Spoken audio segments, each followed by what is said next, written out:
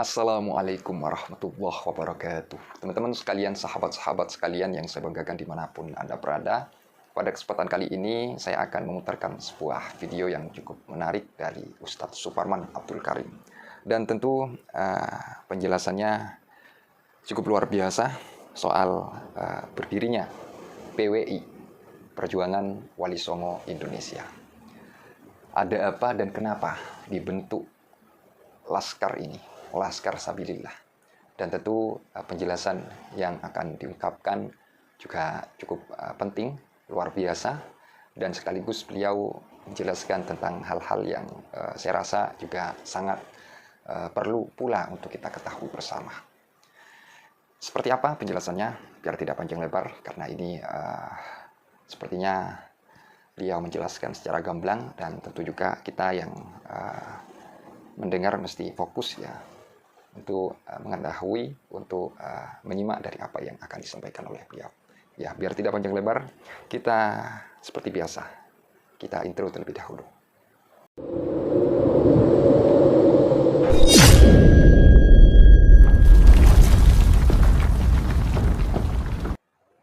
Perjuangan Wali Songo itu Bapak Ibu adalah induk dari Laskar Sabilillah. Mengapa Laskar Sabilillah dibentuk Bapak Ibu? Winginane ada kejadian. Apa kejadiannya? Banyak kiai dikamplengin. Nggak, saya takon kali jenengan. Kalau kiai dikamplengin kita terima nggak kira-kira? Nggak terima kan Mbak? Yang bisa pinter kita ini kiai-kiai kampung ini lah, betul nggak? Kiai kampung dikamplengin. Dikamplengi, dipersekusi, dan tidak ada yang membela Bapak Ibu. Ini masalah Bapak Ibu. Ini masalah. Dipersekusi. Nah, maka dibentuklah Laskar Sabilillah. Tapi agar tidak reaksioner, kata orang sekolah. Reaksioner itu apalah ya? Pokoknya itu aja pokoknya ya. Dimengerti sendiri. Agar tidak reaktif Bapak Ibu, dibuatlah induknya apa? Perjuangan Wali Songo Indonesia. Mengapa ini dibentuk? Karena sudah banyak pemalsuan terhadap sejarah Wali Songo. Sampai-sampai ada klaim ini kebohongan luar biasa Bapak Ibu. Wali Songo diklaim keturunan Bani Ba'alwi. Makanya saya sampaikan, semua kiai se-Indonesia Raya tercinta kalau nggak meluruskan Pak, dosa besar ini terhadap pemalsuan sejarah. Kok bisa Wali Songo diklaim keturunan Ba'alwi? Nah, ini kan pemalsuan sejarah Bapak Ibu. Maka dibentuklah Perjuangan Wali Songo. Bukan untuk apa-apa, meluruskan sejarah. Yang mendakwahkan Islam ke Indonesia ini siapa? Wali Songo. Betul apa betul? Kita meluruskan sejarah dengan ziarah makam Wali Songo. Kita ziarah makam Wali Songo. Ada orang yang memanipulasi, membohongi kita. Masa kita tinggal diam? Gak ada bagi. Maka kita harus luruskan sejarah. Maka dibentuklah Perjuangan Wali Songo Indonesia. Nah, apa misinya organisasi ini? Misinya organisasi ini saya langsung ke hadis saja Bapak Ibu, biar bisa diambil maknanya.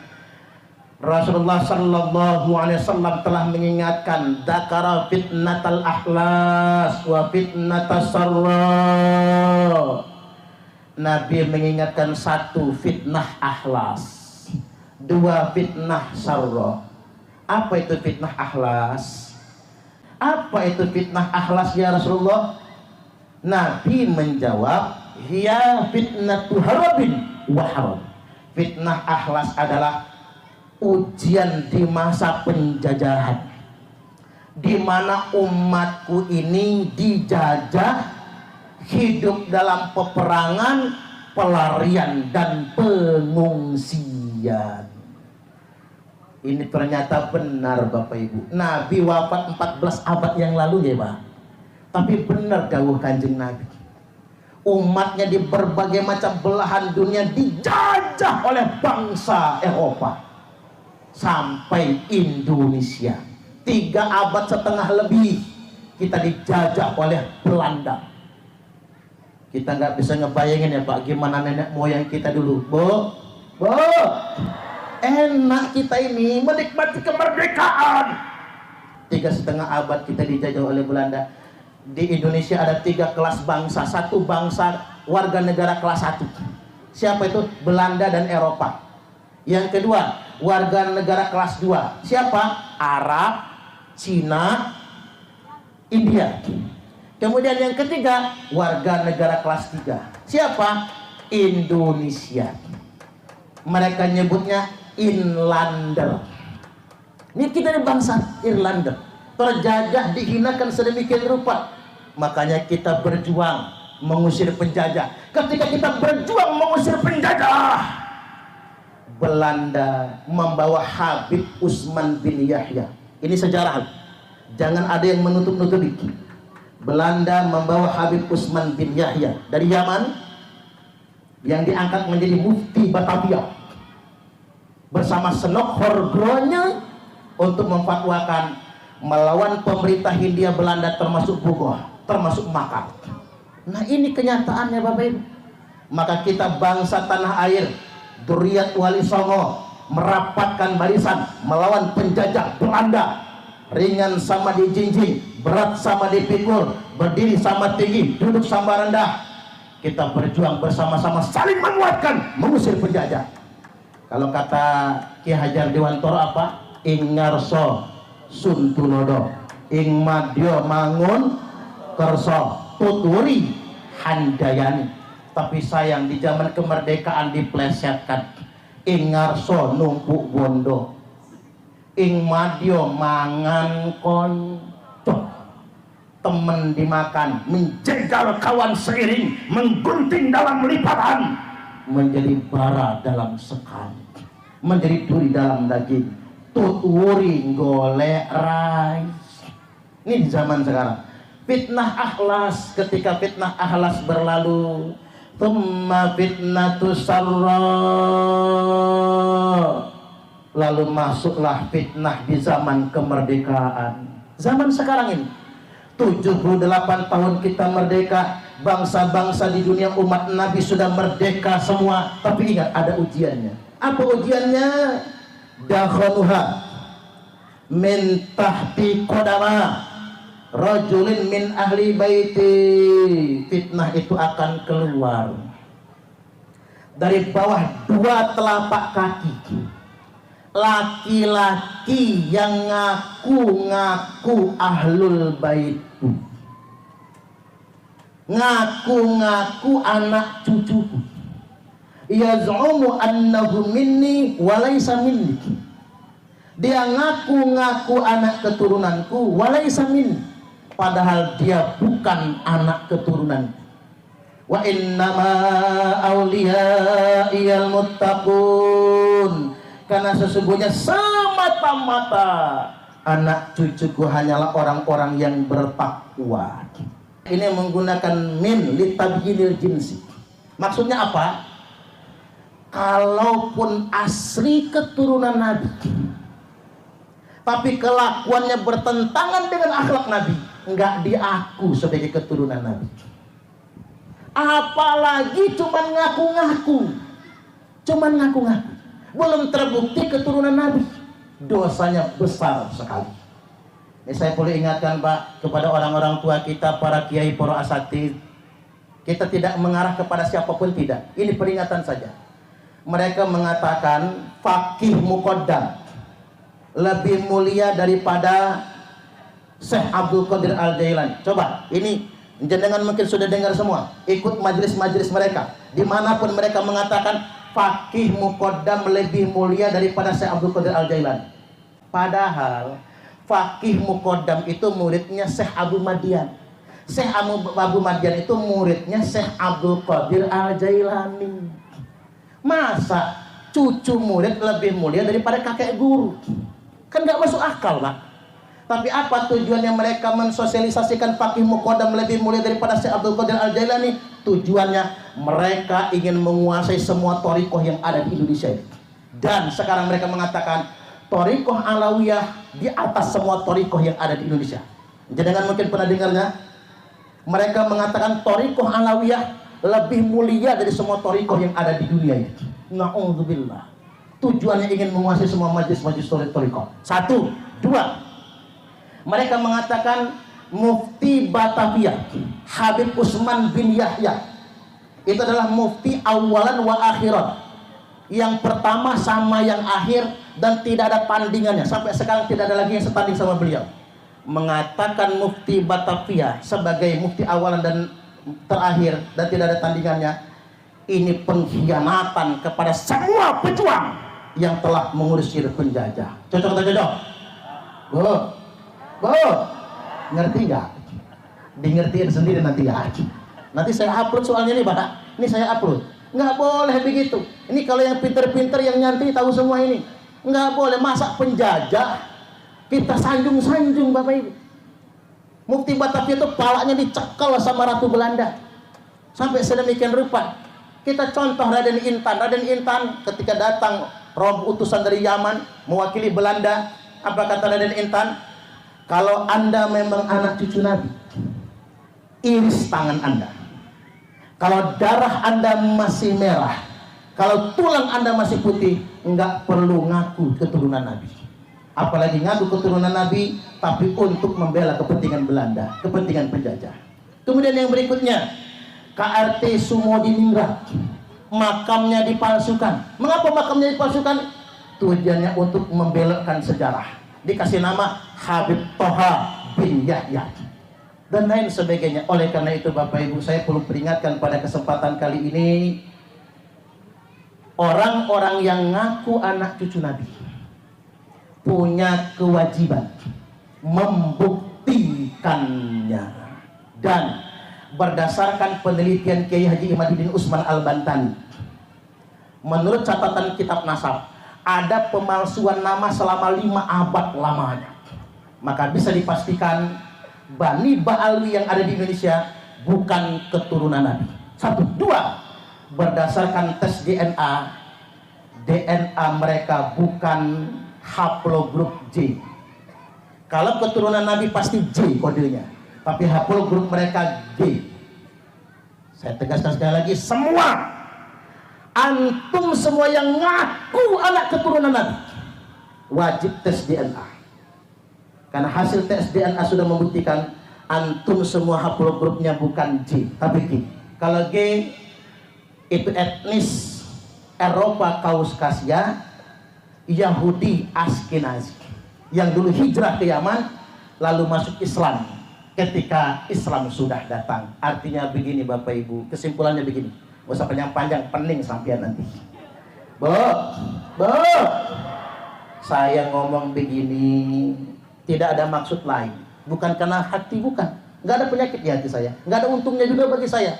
Ngomong begini, ngaku anak cucu Nabi itu akidah Bapak Ibu, akidah. Mengapa? Kalau memang terbukti dia anak cucu Nabi, kita umat Nabi ini wajib untuk memuliakannya. Gitu begini. Makanya kita nggak mau memuliakan yang salah, maka wajib untuk membuktikannya. Lo ada yang nanya sama saya, Ustaz Parman, sampean ngapa ngurus-ngurusin orang, urus sendiri sampean sendiri. Saya membahas ini Bapak Ibu karena saya ini umat Nabi. Kalau saya bukan umat Nabi, bukan umat Islam, Pak, repot-repot amat saya ngurusin.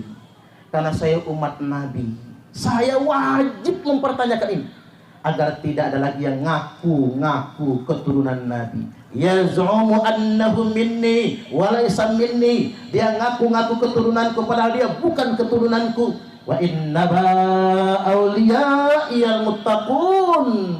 Karena sesungguhnya semata-mata wali-waliku hanyalah orang-orang yang bertakwa. Nah, agar nggak tegang, 5 menit lagi. Terakhir begini, kayak gini aja lah.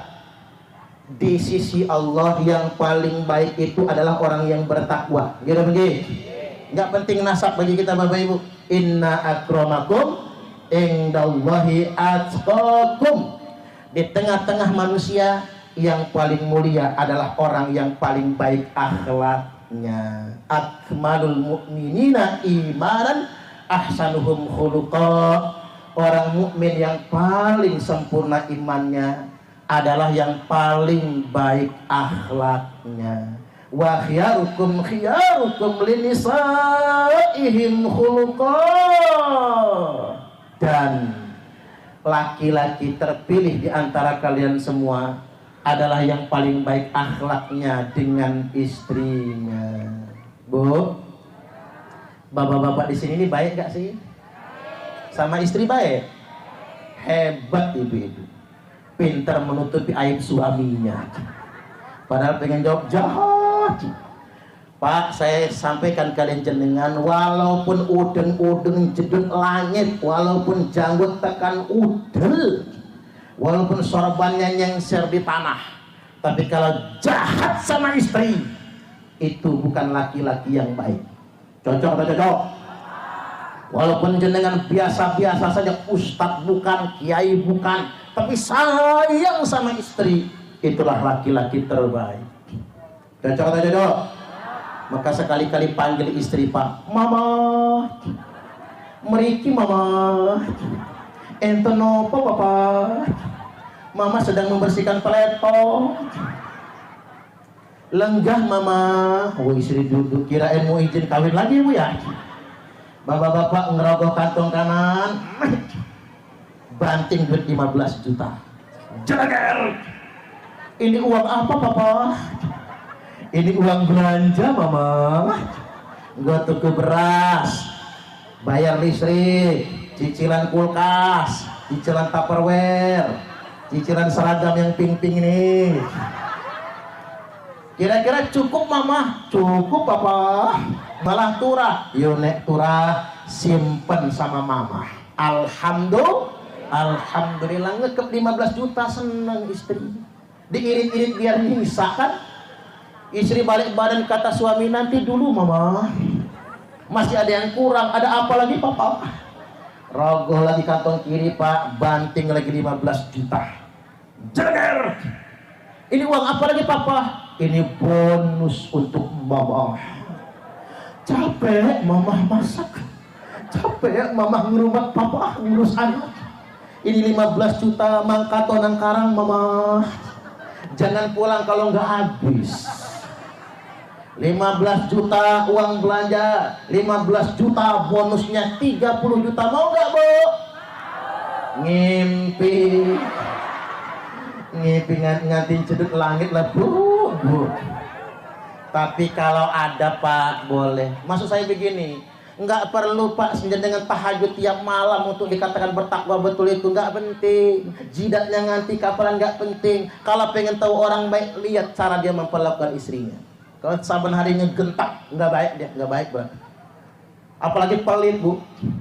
Ibu-ibu ini pak paling sebel sama suami yang pelit, ngasihnya cuman dikit, itu pun diungkit-ungkit. Ada nggak zaman sekarang? Yang mana? Yang mana? Jangan-jangan Pak Kades lagi ya.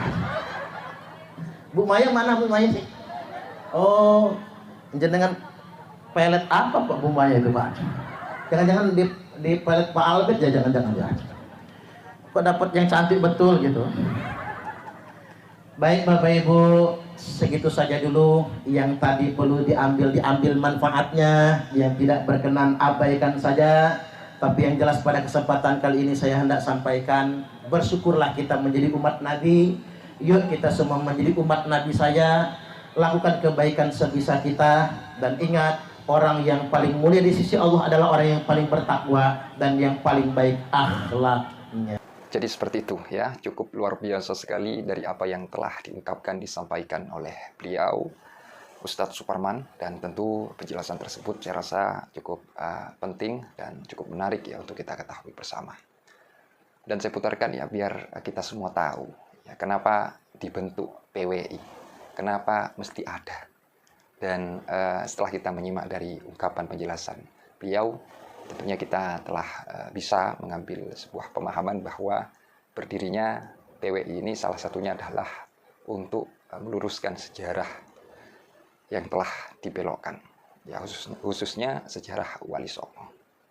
Jadi ketika sejarah Wali Songo ada yang membelokkan seperti itu, jadi PWI ini mesti mengungkapkan, berbicara, menyampaikan seperti apa yang sebenarnya seperti itu.